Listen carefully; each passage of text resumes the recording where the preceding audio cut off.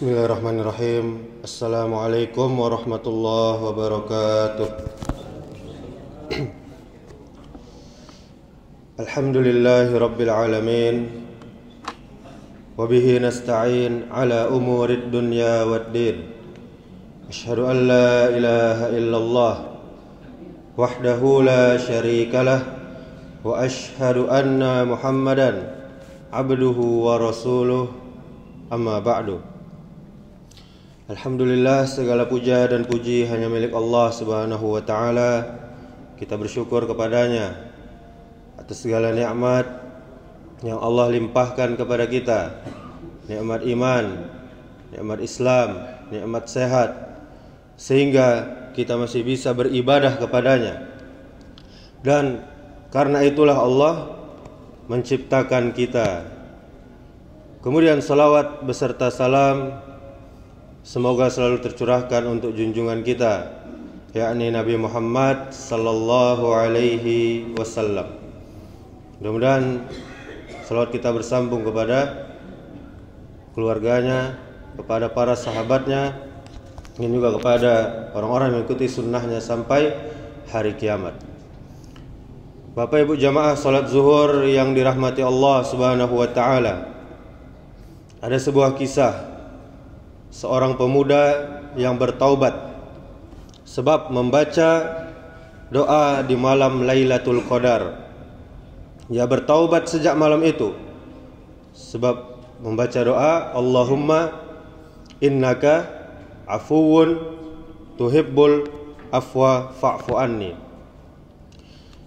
Seorang syekh bernama Profesor Dr. Abdul Razak bin Abdul Muhsin Al-Badr menceritakan, di beberapa tahun yang lalu, pada malam ke-27 Ramadan, aku dan ayahku serta kakekku keluar menuju Masjid Nabawi untuk melaksanakan sholat tarawih. Tatkala kami keluar, ternyata ada mobil yang agak jauh dari rumah sedang menghidupkan musik dengan volume yang keras di malam ke-27 Ramadan tersebut. Malam yang peluang besar terjadinya Lailatul Qadar padanya. Lalu aku pun mendatangi mobil itu. Ternyata di dalamnya terdapat beberapa orang pemuda. Lalu aku berkata kepada mereka, "Wahai anak-anak muda, jikalau kalian tidak mampu untuk melaksanakan solat bersama orang-orang, solat tarawih berjamaah, dan tidak mampu untuk berdoa pada malam ini, maka setidaknya kalian kecilkan dan matikan suara musik yang kuat ini." Maka mereka pun mematikan suara musik tersebut. Kemudian aku pun mengajarkan mereka hadis ini, hadis Aisyah yang meminta kepada Nabi diajarkan doa di malam Lailatul Qadar. Lalu aku bertanya kepada salah seorang pemuda yang terdekat dariku, "Apakah kau sudah menghafal doanya? Sudah bisa membacanya sendiri?" Dia menjawab, "Ya." "Coba ulangi," kata Syekh kepadanya. Ketika dia berusaha mengulangnya, ternyata tidak mampu, hanya berkata mampu, sudah hafal, seperti itu saja, tapi kenyataannya belum hafal. Maka aku pun mengulanginya 2 kali. Lalu aku bertanya kepadanya, "Coba ulangi." Maka ia pun mengulangi doa tersebut. Kemudian aku berkata, "Bacalah doa ini berulang-ulang dan jadikan doa ini senantiasa keluar dari lisanmu."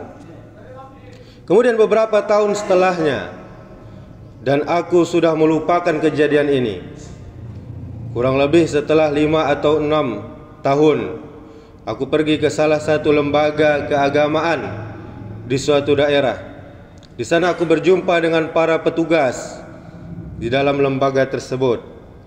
Setelah acara selesai, datang kepada seorang pemuda yang berjenggot dan berpenampilan sangat baik. Lalu dia berkata, "Wahai Syekh, apakah engkau ingat dengan segerombolan pemuda di malam begini dan begitu?" Dia pun menceritakan kisahnya dan membuat aku teringat akan kejadian tersebut. Lalu dia berkata, "Wahai Syekh, aku adalah salah seorang dari pemuda itu.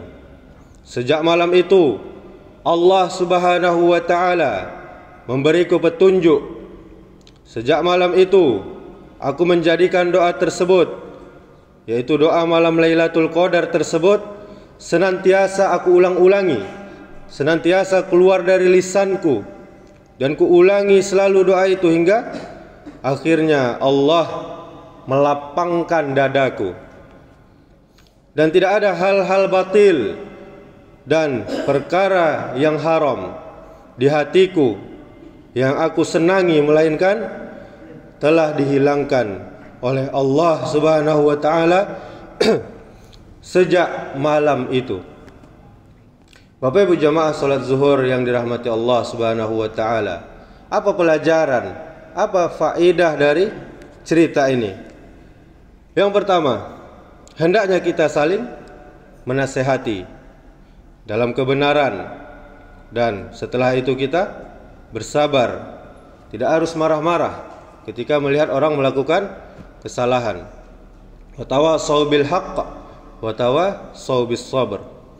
Kemudian yang kedua, amar ma'ruf nahi mungkar, menyeru kepada kebajikan, amal soleh, dan melarang kepada kemungkaran. Kemudian yang ketiga, hidayah itu Bapak Ibu murni hanya milik Allah Subhanahu wa ta'ala.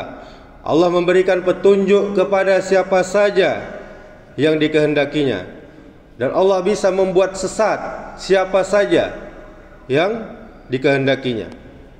Kemudian yang keempat, ketika diberi nasihat, hendaknya kita menerimanya, bukan malah menolaknya atau marah atau emosi.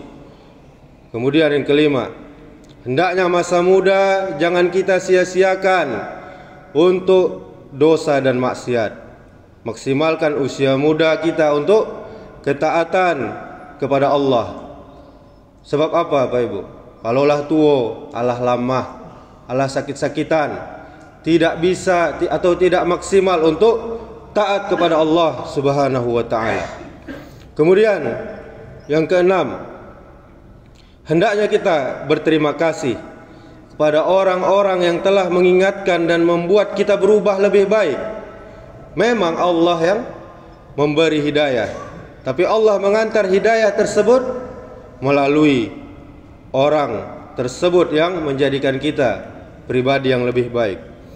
Kemudian yang ketujuh, hendaklah kita lebih semangat lagi beribadah, salat tarawih berjamaah, membaca Al-Quran, berzikir, apalagi sudah di akhir Ramadan.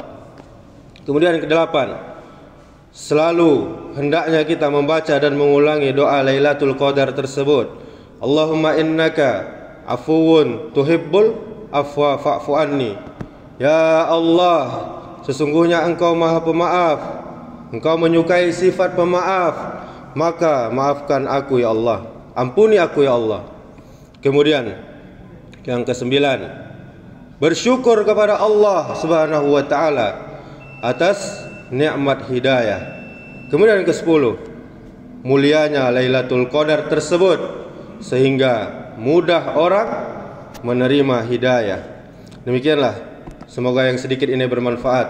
Semoga Allah Subhanahu wa ta'ala senantiasa menjadikan kita hamba yang bermanfaat bagi yang lainnya. Subhanakallahumma wa bihamdika asyhadu an la ilaha illa anta astaghfiruka wa atubu ilaik. Wassalamualaikum warahmatullahi wabarakatuh.